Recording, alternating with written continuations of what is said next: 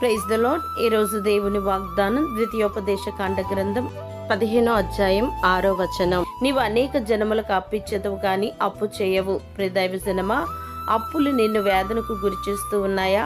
అయితే నీవు నీ దేవుడైన యెహోవా మాట శ్రద్ధగా విని నీకు ఆజ్ఞాపించుచున్న ఆయన ఆజ్ఞలన్నిటినీ అనుసరించి నడుచుకుని ఎడల నీ దేవుడైన యెహోవా భూమి మీదనున్న సమస్త జనముల కంటే నిన్ను హెచ్చించును గనుక మీలో భేదలు ఉండరు. ఏలయనగా నీ దేవుడైన యెహోవా నీతో చెప్పినట్లు నిన్ను ఆశీర్వదించును, మరియు నీవు చేయు కార్యమంతటిని ఆశీర్వదించుటకు, అనగా నీవు చేయు పనులన్నిటిలో నిన్ను ఆశీర్వదించుటకు ఆకాశమును తన మంచి ధననిధిని తెరుచును గనుక నీకు సమృద్ధి కలిగి నీవు అనేక జనములకు అప్పిచ్చదువు గాని అప్పు చేయవు.